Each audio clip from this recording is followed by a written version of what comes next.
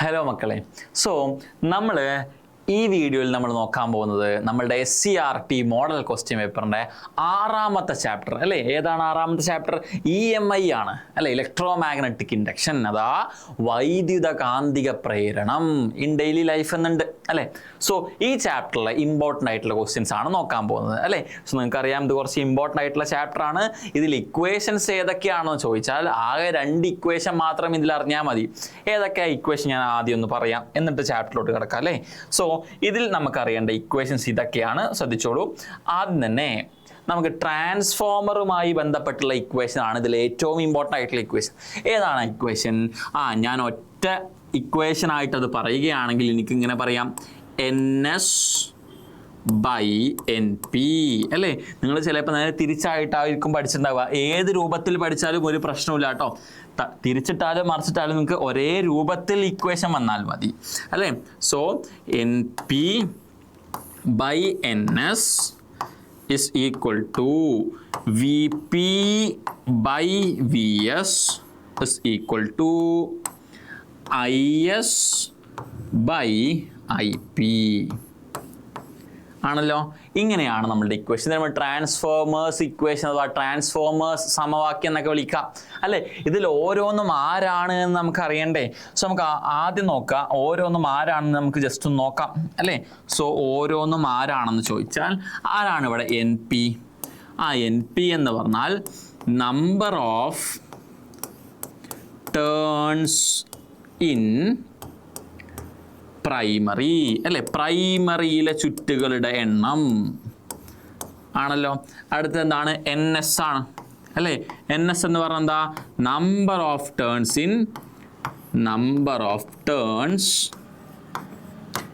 In secondary. Number of turns in secondary.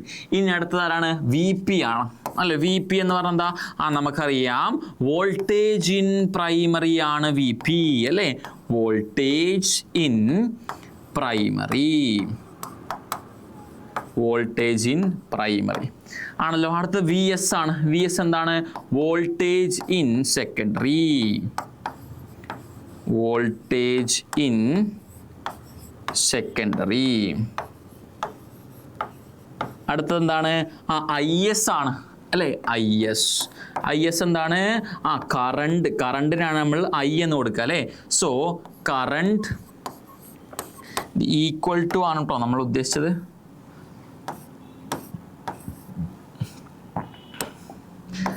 Current in secondary, current in secondary. അടുത്തത് IP കൂടെ പറയാം. IP എന്ന് അപ്പം എന്തായിരിക്കും? കറണ്ട് ഇൻ പ്രൈമറി ആയിരിക്കും അല്ലേ. ഇങ്ങനെയാണ് ഓരോന്നും. അങ്ങനെയാണെങ്കിൽ രണ്ടാൾക്കാരും കൂടെ ഉണ്ട്, പവറും കൂടെ ഉണ്ട്. അത് ഈ ഇക്വേഷനിൽ ഇല്ല എന്ന് മാത്രമേ ഉള്ളൂ. പവർ നമ്മൾ P വെച്ചാണ് സൂചിപ്പിക്കുക. PP ആണെങ്കിൽ എന്താണ്? അത് പ്രൈമറി പവർ ആണ് അല്ലേ. പ്രൈമറി പവർ ആണ്. ഇനി പറയുന്നത് PS ആണെങ്കിലോ നിങ്ങൾ ഊഹിക്കുന്നത് പോലെ തന്നെ സെക്കൻഡറി പവർ ആയിരിക്കും. സെക്കൻഡറി പവർ അല്ലെങ്കിൽ പവർ ഇൻ സെക്കൻഡറി എന്ന് പറഞ്ഞാലും പ്രശ്നമില്ല കേട്ടോ. സോ ഇത്രയും ആൾക്കാരെ ടേംസ് ആദ്യം നിങ്ങളൊന്ന് മനസ്സിലാക്കി വെക്കണം. ഓക്കെ. സോ ഇതാണ് ഈ ചാപ്റ്ററിലെ ഏറ്റവും ഇമ്പോർട്ടൻ്റ് ആയിട്ടുള്ള ഇക്വേഷൻ, ട്രാൻസ്ഫോമർ ഇക്വേഷൻ.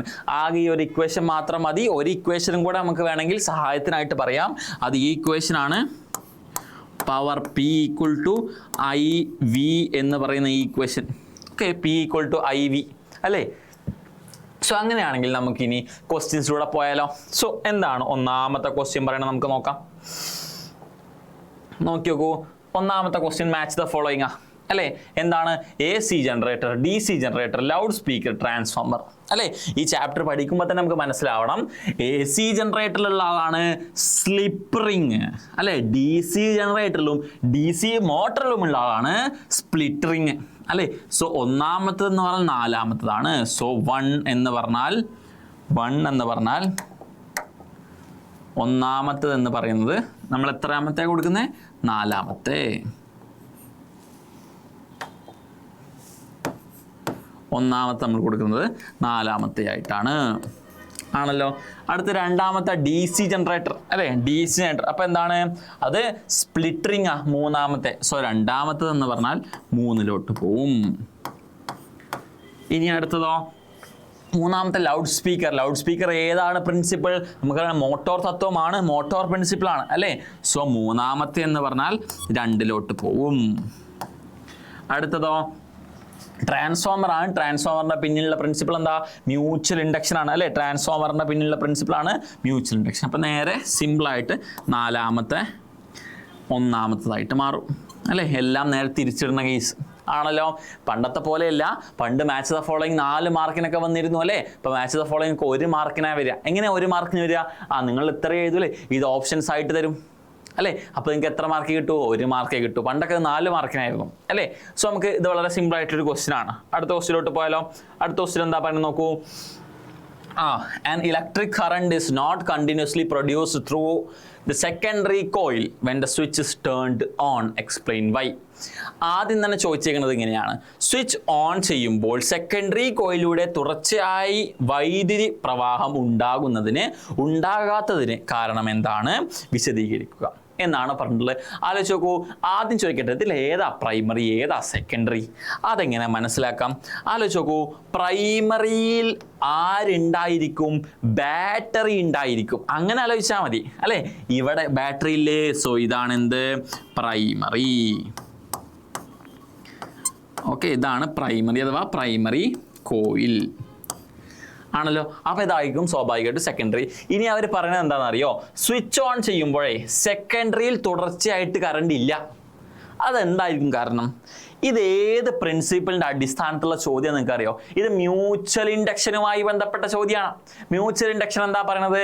നമ്മൾ വളരെ പ്രധാനപ്പെട്ട ഒരു പ്രിൻസിപ്പിളാണ്. ഒന്നാമത്തെ അല്ലെങ്കിൽ പ്രൈമറി കോയിലിൽ കറണ്ട് പോകുമ്പോൾ ആ കറണ്ട് കാരണം അതിന് ചുറ്റും ഒരു മാഗ്നറ്റിക് ഫീൽഡ് ഉണ്ടാവില്ലേ? ആരാ പഠിപ്പിച്ചത്? നമ്മളുടെ 4ാമത്തെ ചാപ്റ്ററിലെ സയന്റിസ്റ്റ് ആയിട്ടുള്ള ഹാൻസ് ക്രിസ്ത്യൻ ഓയസ്റ്റർ ആണ് പഠിപ്പിച്ചത് അല്ലേ. സോ ഇതിലൂടെ കറണ്ട് പോയാൽ ആ കറണ്ടിന് ചുറ്റും മാഗ്നറ്റിക് ഫീൽഡ് ഉണ്ടാവും ആണല്ലോ. സോ മാഗ്നറ്റിക് ഫീൽഡ് ഉണ്ടെങ്കിൽ അവിടെ എന്തുണ്ടാവും? കറണ്ട് ഉണ്ടാവോ? തീർച്ചയായിട്ടും ഉണ്ടാവില്ല. അങ്ങനെ ആരും തെറ്റിദ്ധരിച്ച് വെക്കരുത്, മനസ്സിലാക്കിക്കോളൂ. അതായത് കറണ്ട് ഉണ്ട് എന്നുണ്ടെങ്കിൽ തീർച്ചയായിട്ടും അവിടെ ആരുണ്ട്? മാഗ്നറ്റിക് ഫീൽഡ് ഉണ്ട്. ഓക്കെ, എന്നാൽ നേരെ തിരിച്ചു പറയാൻ പറ്റുമോ?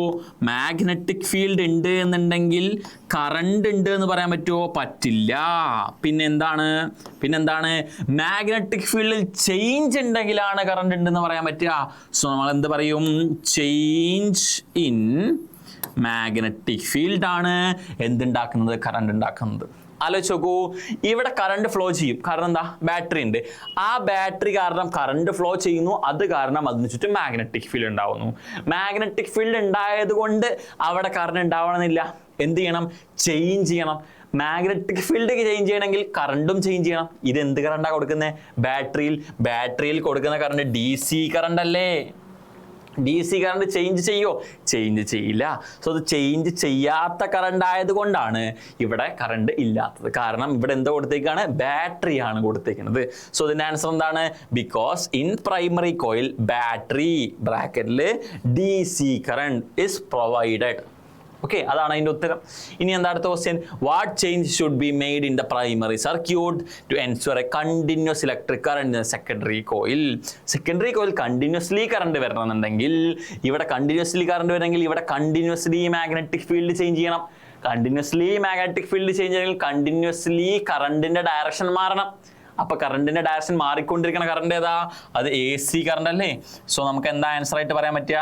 Provide AC current in the primary coil. Okay, primary coil AC current കൊടുക്കുമ്പോഴാണ് നമുക്ക് ഇവിടെ തുടർച്ചയായിട്ട് കറണ്ട് കിട്ടുക. നമ്മൾ മ്യൂച്വൽ ഇൻഡക്ഷൻ പഠിക്കുന്ന സമയത്ത് പറയുന്നതാണ് ആണല്ലോ. എന്നാൽ അടുത്ത ചോദ്യം എന്താ പറയുന്നത്? നമ്മളുടെ ട്രാൻസ്ഫോമർ ഇക്വേഷനുമായി ബന്ധപ്പെട്ട ഒരു ഇമ്പോർട്ടൻറ്റ് ചോദ്യമാണ്. ഇങ്ങനത്തെ ചോദ്യം എല്ലായ്പ്പോഴും മിക്കവാറും പ്രാവശ്യങ്ങളിൽ നമ്മൾ SSLCയിൽ കണ്ടുവരാറുണ്ട്. ഓക്കെ, സോ വളരെ ഇമ്പോർട്ടൻ്റ് ആണ് കേട്ടോ. സോ ഈ ചോദ്യം എങ്ങനെ ചെയ്യേണ്ടതെന്ന് ചോദിച്ചാൽ, an ideal transform ആദ്യം എന്താണെന്ന് അറിയാം മക്കളെ ചെയ്യേണ്ടത്? അതിൽ ആരൊക്കെ തന്നിട്ടുണ്ടോ എല്ലാത്തിനെയും എടുത്ത് എഴുതാം. ഓക്കെ, സോ ചോദ്യം ഇങ്ങനെയാ. an ideal transformer has a primary coil of 1000 turns. തന്നെ തന്ന കാര്യങ്ങളൊക്കെ എടുത്ത് എഴുതിക്കോളൂ. പ്രൈമറി കോയിലിൽ എത്ര ടേൺസ് ഉണ്ടെന്നാണ് പറഞ്ഞിരിക്കണേ 1000 ടേൺസ്. പ്രൈമറി കോയിലിലെ നമ്പർ ഓഫ് ടേൺസ് നമ്മൾ എന്താ വിളിക്കുക? NP എന്നാണ് വിളിക്കുക. അത് എത്രയാണ് അവർ പറഞ്ഞിട്ടുണ്ട്? 1000 ആണ്. അടുത്തതോ secondary coil of 500 turns. Secondary coil 500 ടേണുകൾ ഉണ്ട് എന്നാണ് പറയുന്നത്. സോ അതെന്താണ്? അത് NS ആണ്. എത്രയാണ്? 500. ഇനി അടുത്തെന്താ ചോദിച്ചേക്കുന്നത്? Secondary 500 turns if the primary voltage എന്താകുന്നുണ്ട്? എത്രയാ? 120. പ്രൈമറി വോൾട്ടേജിന് എന്താ കൊടുക്കുക? VP ആണ് കൊടുക്കുക അല്ലേ?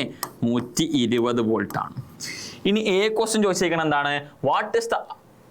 What is the secondary voltage എന്നാ ചോദിച്ചേക്കുന്നത്. സെക്കൻഡറി വോൾട്ടേജ് എന്താ മക്കളെ? VS ആണ്. അത് എത്രയാണെന്നാണ് ചോദിച്ചേക്കണേ അല്ലേ? സോ നമ്മളുടെ ഇക്വേഷൻ നമ്മൾ ആലോചിച്ച് നോക്കും. എന്താ നമ്മളുടെ ഇക്വേഷൻ? നോക്കൂ, നമ്മളുടെ ഇക്വേഷൻ എങ്ങനെയാണ്? NP by NS equal to VP by VS equal to IS by IP. ഇങ്ങനെയുള്ള ഇക്വേഷൻ ആലോചിച്ച് നോക്കും. ഇവിടെ ആരൊക്കെ ഉണ്ട്? NP ഉണ്ട്, പിന്നെ ആരുണ്ട്? NS ഉണ്ട്, പിന്നെ ആരുണ്ട്? VP ഉണ്ട്. ആരെ കണ്ടെത്താൻ പറഞ്ഞു? VS നെ കണ്ടെത്താൻ പറഞ്ഞതാ, ഇയാളെ. ആലോചിച്ച് നോക്കൂ. അപ്പൊ നമുക്ക് ഈ പോർഷൻ മാത്രം എടുത്താൽ പോരെ അല്ലേ? കാരണം ബാക്കി മൂന്നാണ്ട് ഒരാളെ കിട്ടാനുള്ളൂ. സോ നമ്മൾ ഇക്വേഷൻ എനിക്ക് ഏത് രൂപത്തിൽ എഴുതാം? ഇങ്ങനെ എഴുതാൻ പറ്റുമോ? ആലോചിച്ച് നോക്കൂ. VS by VP equal to എങ്ങനെ എഴുതാം? VS by VP equal to NS by NP എന്ന് എഴുതി കൂടെ? തീർച്ചയായിട്ടും ഇങ്ങനെ എഴുതാലോ അല്ലേ? അങ്ങനെയാണെങ്കിൽ VP അങ്ങോട്ട് കൊണ്ടുപോയാൽ എനിക്ക് VS കിട്ടൂലേ? തീർച്ചയായിട്ടും കിട്ടും. ഒന്ന് പറഞ്ഞു നോക്കി.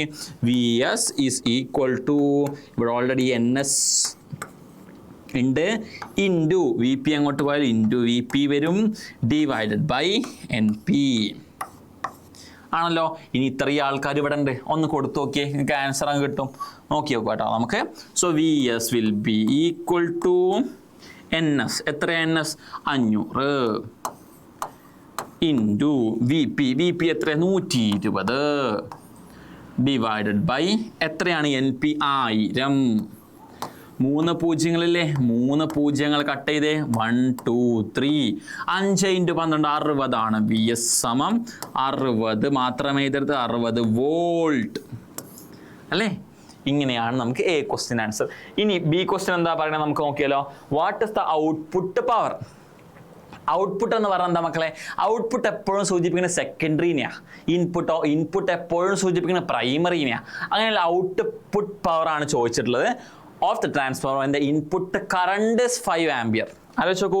ഇൻപുട്ട് കറണ്ട് അവർ തന്നു. ഇൻപുട്ട് കറണ്ട് എന്ന് പറഞ്ഞാൽ IP പ്രൈമറിയിലെ കറണ്ട് അവർ തന്നു 5 ആംപിയർ എന്ന് തന്നു അല്ലേ? ഇത് ചോദിച്ചിരിക്കുന്നത് ഔട്ട്പുട്ട് പവർ അല്ലേ ചോദിച്ചിരിക്കുന്നത്. നോക്കൂ, what is the output power? So output power എന്ന് പറഞ്ഞാൽ എന്താ? സെക്കൻഡറിയിലെ പവറാണ് ഔട്ട്പുട്ട്. ഔട്ട്പുട്ട് എന്ന് പറഞ്ഞാൽ സെക്കൻഡറിയും ഇൻപുട്ട് എന്ന് പറഞ്ഞാൽ പ്രൈമറിയും. എങ്ങനെ കിട്ടും നമുക്ക് ആലോചിച്ച് നോക്കാം. ഇവിടെ നമുക്ക് ഓൾറെഡി അറിയാം എന്ത്? an ideal transformer. എന്താണ് മക്കളെ ഐഡിയൽ ട്രാൻസ്ഫോമർ എന്ന് പറഞ്ഞാൽ?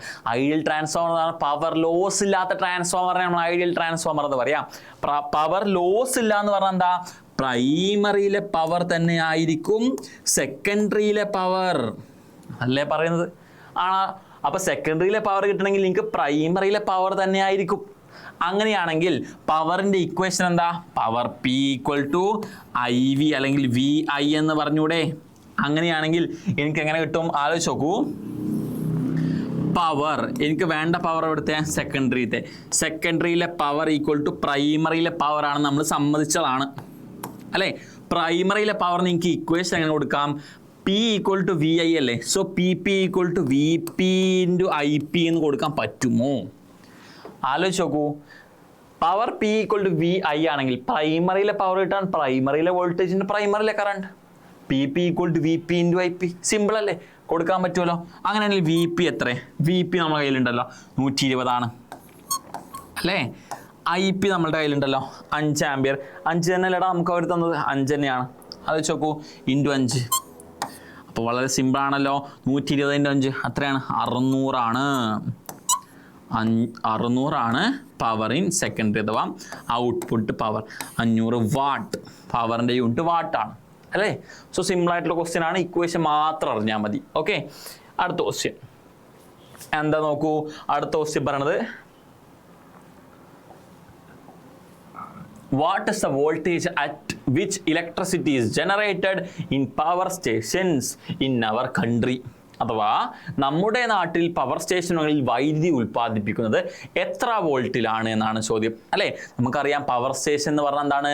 ലാർജ് ക്വാണ്ടിറ്റിയിൽ ഇലക്ട്രിസിറ്റി ജനറേറ്റർ മാർഗം ഉൽപ്പാദിപ്പിക്കുന്ന സെന്റേഴ്സിനെ നമ്മൾ പവർ സ്റ്റേഷൻ എന്ന് പറയാം. ആ പവർ സ്റ്റേഷൻ പഠിച്ചപ്പോൾ നമ്മൾ പഠിച്ചതാണ് പവർ സ്റ്റേഷനിൽ കറണ്ട് ഉണ്ടാക്കുന്നത് 11 കിലോ വോൾട്ടിലാണ്, അല്ലേ? 11 കിലോ വോൾട്ടിലാണ് നമ്മൾ പവർ സ്റ്റേഷനിൽ കറണ്ട് ഉൽപ്പാദിപ്പിക്കുന്നത്. വളരെ സിമ്പിൾ ആയിട്ടുള്ള ക്വസ്റ്റ്യൻ ആണ്. അടുത്ത ക്വസ്റ്റ്യനിലോട്ട് പോവാം. അടുത്ത ക്വസ്റ്റ്യൻ എന്താ പറഞ്ഞത്? Write down 2 differences between a step up transformer and step down transformer. ഇഷ്ടം പോലെ ഉണ്ട്, അല്ലേ? ഒന്നാമതായിട്ട് നമുക്ക് എന്ത് പറയാം? സ്റ്റെപ്പ് അപ്പ് ട്രാൻസ്ഫോമർ ഉപയോഗിക്കുന്നതിനാ വോൾട്ടേജ് കൂട്ടാനാ. വോൾട്ടേജ് പ്രൈമറിയിലത്തെ വോൾട്ടേജ് സെക്കൻഡറിയിൽ എത്തുമ്പോൾ കൂട്ടണം എന്ന് പറഞ്ഞാൽ സെക്കൻഡറിയിലെ വോൾട്ടേജ് ആണ് കൂടുതൽ ആരേക്കാൾ? പ്രൈമറിയിലെ വോൾട്ടേജിനേക്കാൾ, അല്ലേ? അപ്പൊ സ്റ്റെപ്പ് ഡൗൺ എന്തായിരിക്കും? പ്രൈമറിയിലെ വോൾട്ടേജ് ആയിരിക്കും കൂടുതൽ ആരേക്കാൾ? സെക്കൻഡറിയിലേക്കാൾ. എവിടെയാണോ വോൾട്ടേജ് കൂടുതൽ അവിടെ തന്നെ ആയിരിക്കും നമ്പർ ഓഫ് ടേൺസും കൂടുതൽ. അപ്പൊ എനിക്ക് അടുത്തത് എന്ത് പറയാം? NS is greater than NP എന്ന് പറയാം. ഇവിടെയോ? ഇവിടെ NP is greater than NS എന്ന് പറയാം, അല്ലേ? സിമ്പിൾ ആയിട്ടുള്ള 2 ഡിഫറൻസ് നമ്മൾ എഴുതി കൊടുക്കുക. ഇനിയും ഡിഫറൻസസ് ഉണ്ട്, അല്ലെ? കറണ്ടുമായി ബന്ധപ്പെട്ടൊക്കെ പറയാം. അവർ 2 പറഞ്ഞിട്ടുള്ളത്, സോ 2 എഴുതി കൊടുത്തു എന്നേ ഉള്ളൂ. അടുത്ത എന്താ നോക്കൂ? A given graph is related to the current induced in the armature of a generator during its working. ഒരു ജനറേറ്ററിന്റെ പ്രവർത്തന സമയത്ത് അതിൻ്റെ ആർമേച്ചറിൽ പ്രേരിതമാകുന്ന കറണ്ടിനെ സംബന്ധിച്ചുള്ള ഗ്രാഫ് തന്നിരിക്കുന്നു. ഓക്കെ, എന്നിട്ടൊരു ഗ്രാഫ് തന്നിട്ടുണ്ട്. അത് ചോദിച്ചേക്കാൻ എന്താണ്? Child A says that is an AC generator, child B says that is a DC generator and child C says it can be both. Which whom do you agree justify your answer എന്നാ ചോദ്യം. അഥവാ ഇത് ഒരു AC generator ആണെന്ന് A എന്ന കുട്ടിയും DC generator ആണെന്ന് B എന്ന കുട്ടിയും ഇത് രണ്ടുമാകാമെന്ന് C എന്ന കുട്ടിയും പറയുന്നു. നിങ്ങൾ ആരുമായി യോജിക്കുന്നു? നിങ്ങളുടെ ഉത്തരം സമർത്ഥിക്കുക എന്നാണ് ചോദ്യം. ആലോചിച്ച് നോക്കൂ, ഇവിടെ എന്താണ്? കറണ്ട് മാറിക്കൊണ്ടിരിക്കുന്നത്, പോസിറ്റീവും ആവുന്നുണ്ട് നെഗറ്റീവും ആവുന്നുണ്ട്, 2 ഡയറക്ഷനിലോട്ട് പോകുന്നുണ്ട്. 2 ഡയറക്ഷനിലോട്ട് പോകണമെങ്കിൽ ഒറ്റ കറണ്ടിന് മാത്രമേ പറ്റുള്ളൂ. അത് ഏത് കറണ്ടിനെ പറ്റുള്ളൂ? AC കറണ്ടിനെ മാത്രമേ പറ്റുകയുള്ളൂ, അല്ലേ? സോ AC കറണ്ട് ആണെന്ന് പറഞ്ഞത് ആരാണ്? ചൈൽഡ് A ആണ്. സോ ചൈൽഡ് A ആണല്ലോ. ഇനി B ക്വസ്റ്റ്യൻ എന്താ? In an AC generator and in a DC generator, the armature are kept stationary and the magnet is kept rotated. What do you know about the nature of output from each generator? Give reason. അഥവാ ഒരു AC ജനറേറ്ററിലെയും ഒരു DC ജനറേറ്ററിലെയും ആർമേച്ചറുകൾ നിശ്ചലമാക്കി വെക്കുകയും കാന്തം കറക്കുകയും ചെയ്യുമ്പോൾ ഓരോ ജനറേറ്ററിൽ നിന്നുള്ള ഔട്ട്പുട്ടിന്റെ സ്വഭാവത്തെക്കുറിച്ച് നിങ്ങളുടെ നിഗമനം സമർത്ഥിക്കുക എന്നാണ് ചോദ്യം. മക്കളെ, ശ്രദ്ധിക്കേണ്ട കാര്യം എന്താണെന്നറിയോ? നമ്മൾ പറയുന്ന ഒരു പോയിന്റ് വളരെ വൃത്തിയായിട്ട് മനസ്സിലാക്കുക. AC ജനറേറ്റർ ഉണ്ട് ഇവിടെ, ഓക്കെ? ഇവിടെ DC ജനറേറ്റർ ഉണ്ട്. നമ്മൾ മനസ്സിലാക്കേണ്ട കാര്യം, AC ജനറേറ്ററിൽ നമുക്ക്, അല്ലെങ്കിൽ ജനറേറ്ററിൽ നമുക്ക് 2 രൂപത്തിൽ കറണ്ട് ആക്കാം. ഒന്നെങ്കിൽ ആർമേച്ചർ കറക്കാം, അല്ലെങ്കിൽ ആർമേച്ചർ നടത്തിയിട്ട് അതിന് ചുറ്റുമുള്ള ഫീൽഡ് കാന്തം, ഫീൽഡ് മാഗ്നറ്റ്സ് കറക്കാം. പ്രശ്നം എന്താണെന്നറിയോ? DC ജനറേറ്ററാണ് പ്രശ്നം വരിക, ACക്ക് പ്രശ്നമൊന്നുമില്ല. ACയിൽ ആര് കറങ്ങിയാലും AC തന്നെയാണ് പുറത്തോട്ട് കിട്ടുക. പക്ഷെ DC നമ്മൾ വിചാരിച്ച പോലില്ല. DC എന്താണെന്നറിയോ? DCയുടെ ഔട്ട്പുട്ട് DC തന്നെ കിട്ടണമെങ്കിൽ ആർമേച്ചർ തന്നെ കറങ്ങണം. ഫീൽഡ് മാഗ്നറ്റ്സ് കറങ്ങിയാൽ കിട്ടില്ല. ഫീൽഡ് മാഗ്നറ്റ്സ് കറങ്ങിയാൽ എന്താ കിട്ടുക? അത് AC തന്നെയാണ് കിട്ടുക. അതായത് DC ജനറേറ്റർ ആയിക്കോട്ടെ, AC ജനറേറ്റർ ആയിക്കോട്ടെ, ഫീൽഡ് മാഗ്നറ്റ്സ് ആണ് കറങ്ങണമെങ്കിൽ ഔട്ട്പുട്ട് AC ആയിരിക്കും. ഓക്കെ, അപ്പൊ രണ്ടിൻ്റെയും ഔട്ട്പുട്ട് എന്തായി? AC ആയി. കാരണം എന്താ DC ജനറേറ്റർ AC തരാൻ കാരണം എന്താ? നമുക്കതിൻ്റെ ഫിഗർ ആലോചിച്ചാൽ മനസ്സിലാവും, അല്ലെ? ആർമേച്ചറിൽ നിന്നാണ് അത് സ്പ്ലിറ്റ് റിങ്ങിലോട്ട് വരുന്നത്. സ്പ്ലിറ്റ് റിംഗ് ആണ് കറണ്ടിന്റെ ഡയറക്ഷൻ മാറ്റിയിട്ട് AC DC ആക്കി മാറ്റുന്നത്. അപ്പൊ സ്പ്ലിറ്റ് റിങ്ങുമായിട്ട് കോണ്ടാക്ട് ഇല്ല, അഥവാ സ്പ്ലിറ്റ് റിങ് കറങ്ങുന്നില്ല. കാരണം എന്താ? ഫീൽഡ് മാഗ്നറ്റ്സ് കറങ്ങുന്ന ആർമേച്ചർ അവിടെ നിൽക്കുക. അപ്പൊ AC DC ആക്കി മാറ്റുന്നില്ല. അപ്പൊ AC തന്നെ ഔട്ട്പുട്ട് വരും. അതാണ് അതിന്റെ കാരണം. ക്ലിയർ ആണല്ലോ? അങ്ങനെയാണെങ്കിൽ നമുക്ക് അടുത്ത ക്വസ്റ്റ്യനിലോട്ട് പോയാലോ? ഇനി എന്താ പറയുന്നത്? Observe the figure. What form of electricity is obtained in the external circuit when the armature of this device rotates എന്നാണ് ചോദ്യം. ആലോചിച്ച് നോക്കൂ, ഇത് ഏത് ഡിവൈസാ എന്ന് നിങ്ങളൊന്ന് ആദ്യം പറഞ്ഞേ. ഇതേതാ ഡിവൈസ്? ഇവിടെ ഉള്ളത് സ്പ്ലിറ്റ് റിങ്സാ. സ്പ്ലിറ്റ് റിങ്സ് ഒരു റിങ്ങിനെ സ്പ്ലിറ്റ് ചെയ്ത പോലെയാ. അപ്പോൾ ആ റിങ്സ് ഉള്ളത് ആരില്ല? ഡി സി ലാ. ഇതൊരു ജനറേറ്റർ ആണ്. സോ ഡി സി ജനറേറ്റർ ആണല്ലോ. ഇനി ചോദ്യം എന്താണ്? What form of electricity obtain in external circuit when armature തന്നെയാണ് കറങ്ങുന്നത്. നേരത്തെ പറഞ്ഞ പോലെ ഫീൽഡ് മാഗ്നറ്റ്സ് അല്ല, ആർമേച്ചർ ആണ് കറങ്ങണമെങ്കിലോ ഔട്ട്പുട്ട് എന്ത് തന്നെ വരും? ഡി സി തന്നെ വരും. സംശയം വേണ്ട, ഡി സി വരും. ഇനി അടുത്ത് എന്താണ്? If the armature is kept stationary and the field magnets rotated, what form of the electricity will be obtained in the external circuit? നമ്മൾ നേരത്തെ പറഞ്ഞ അതേ കാരണം അല്ലേ, എ സി ആണ് കിട്ടുക. ക്ലിയർ ആണല്ലോ. ഇനി അടുത്ത ചോദ്യം നേരത്തെ പോലെ തന്നെ ട്രാൻസ്ഫോമർ ഇക്വേഷൻ ഉപയോഗിക്കേണ്ട ഒരു ചോദ്യം തന്നെയാണ്. സോ നമുക്ക് ചെയ്തു നോക്കാം. എന്തൊക്കെ തന്നിട്ടുണ്ട് എന്നുള്ളത് എടുത്തെഴുതാം, എന്നിട്ട് സിമ്പിളായിട്ട് നമുക്ക് പ്രോബ്ലം ചെയ്യാം. ആദ്യം തന്നെ എന്താ തന്നേക്കണം നമുക്ക് നോക്കാം കേട്ടോ. A transformer without any power loss എന്ന് ഓൾറെഡി അവർ പറഞ്ഞ, അതായത് ഐഡിയൽ ട്രാൻസ്ഫോമർ എന്നാണ് അർത്ഥം അല്ലേ. Operating at 240 volt. ഓപ്പറേറ്റിംഗ് എന്ന് പറഞ്ഞാൽ പ്രൈമറിയിലാണ് തന്നിട്ടുള്ളത്. So operating at 240 volt has 3000 turns in primary. So പ്രൈമറിയിലെ വോൾട്ടേജ് തന്നു, പ്രൈമറിയിൽ നമ്പർ ഓഫ് ടേൺസ് തന്നു. സോ എങ്ങനെ എഴുതാം? Voltage in primary 240 volt. ഇനിയോ number of turns in primary എത്രയാണ്? 3000 ആണല്ലോ. ഇനി അടുത്ത് എന്താ പറയുന്നത്? And 750 turns in the secondary. സെക്കൻഡറിയിൽ 750 ഉണ്ട് എന്നാണ് പറയുന്നത് അല്ലേ. So number of turns in secondary 750. Okay, ഇനി എന്താ പറയുന്നത്? ആലോചിച്ച് നോക്കൂ. ഇനി പറയുന്നത് എന്താണ്? What is the voltage across secondary. Secondary voltage ആ ചോദിച്ചേക്കണേ, സെക്കൻഡറി വോൾട്ടേജ്. സോ ഞാൻ നേരത്തെ എടുത്ത അതേപോലെ തന്നെ ഇക്വേഷൻ എടുക്കാൻ പറ്റില്ലേ? എങ്ങനെയാ അത്? V S by V P equal to N S by N P എടുക്കാൻ പറ്റുമല്ലോ. വി എസ് ഇടണമെങ്കിൽ വി പി അങ്ങോട്ട് ഉണ്ടായാൽ മതി. സോ ഒന്ന് പറഞ്ഞു നോക്കിയേ. V S will be equal to N S into V P by N P അല്ലേ. ഇനി വളരെ സിമ്പിളായിട്ട് കിട്ടുമല്ലോ. ഒന്ന് ആലോചിച്ച് നോക്കൂ. എൻ പി ആണല്ലോ. ഇനി ആലോചിച്ച് നോക്കൂ, ഇത് കൊടുത്താൽ മതി. V S will be equal to N S. എത്രയടാ എൻ എസ്? അവർ തന്ന 750 ആണ്. ഇൻറ്റു വി പി എത്രയടാ? അത് 240 ആണ്. ഡിവൈഡഡ് ബൈ എത്രയാണ്? എൻ പി 3000 ആണ് അല്ലേ. കട്ട് ചെയ്ത് പോവും, തീർച്ചയായിട്ടും കട്ട് ചെയ്ത് പോകും. എങ്ങനെ കട്ട് ചെയ്തോ? നിങ്ങൾ ഈ രൂപത്തിൽ കട്ട് ചെയ്താൽ മതി. 750ൻ്റെ ഇരട്ടി എത്ര? അത് 1500. 1500ൻ്റെ ഇരട്ടി എത്ര? അത് 3000. അതിനർത്ഥം 750ൻ്റെ 4 ഇരട്ടിയാണ് 3000 എന്നല്ലേ.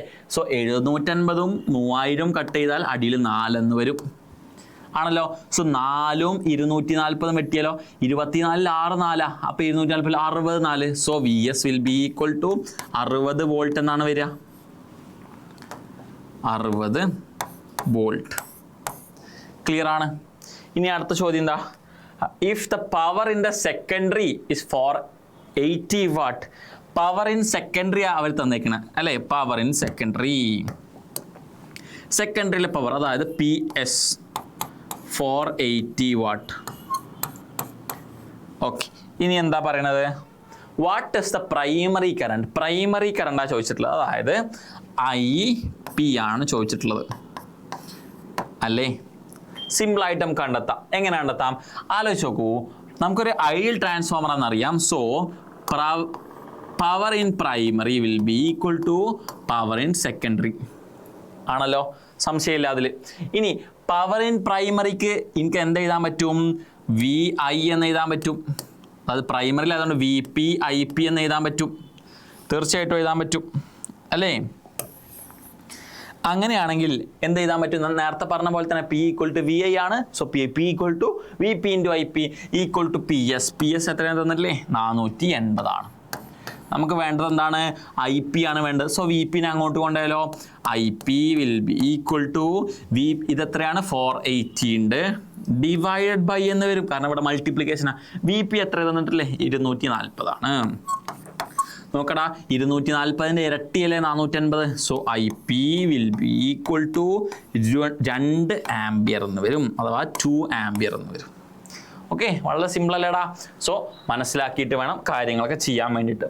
അടുത്ത ക്വസ്റ്റ്യൻ നമുക്ക് നോക്കാം കേട്ടോ. എന്താണ് the important part of A safety fuse?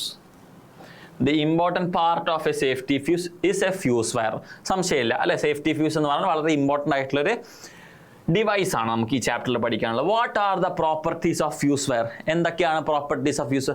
വളരെ ഈസി ആയിട്ടുള്ള കാര്യമാണ് അല്ലേ. എന്താണ്, ഹയർ ബോയിലിംഗ് പോയിന്റ് ആണോ ലോവർ ബോയിലിംഗ് പോയിന്റ് ആണോ, അതോ ലോവർ മെൽറ്റിംഗ് പോയിന്റ് ആണോ ഹയർ മെൽറ്റിംഗ് പോയിന്റ് ആണോ? ആലോചിച്ച് നോക്കൂ, ബോയിലിംഗ് പോയിന്റ് അല്ല ഇവിടെ ഇമ്പോർട്ടൻറ്റ്, മെൽറ്റിംഗ് പോയിന്റ് ആണ് അല്ലേ. ലോവർ മെൽറ്റിംഗ് പോയിന്റ് ആണ്, അങ്ങനെയാണല്ലോ പറയാ.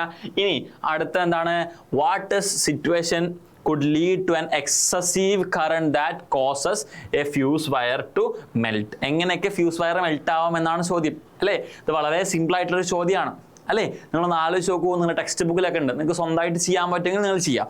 എന്നാലും ഞാൻ ഒരു ക്ലൂ തരാം. ഏതൊക്കെ സിറ്റുവേഷൻസ് ആണ്? നമുക്കറിയാം, അതൊന്ന് ഓവർലോഡിങ് ആണ്, ഒന്ന് ഷോർട്ട് സർക്യൂട്ട് ആണ് അല്ലേ. നിങ്ങൾക്ക് സ്വന്തമായിട്ട് ചെയ്യാൻ പറ്റുന്ന ക്വസ്റ്റ്യൻ ആണ്. ഇനി അടുത്ത ചോദ്യം എന്താ പറയുന്നത്? സോ ഇത്രയും ചോദ്യങ്ങളാണല്ലേ നമുക്ക് SCRT ഉള്ളത്.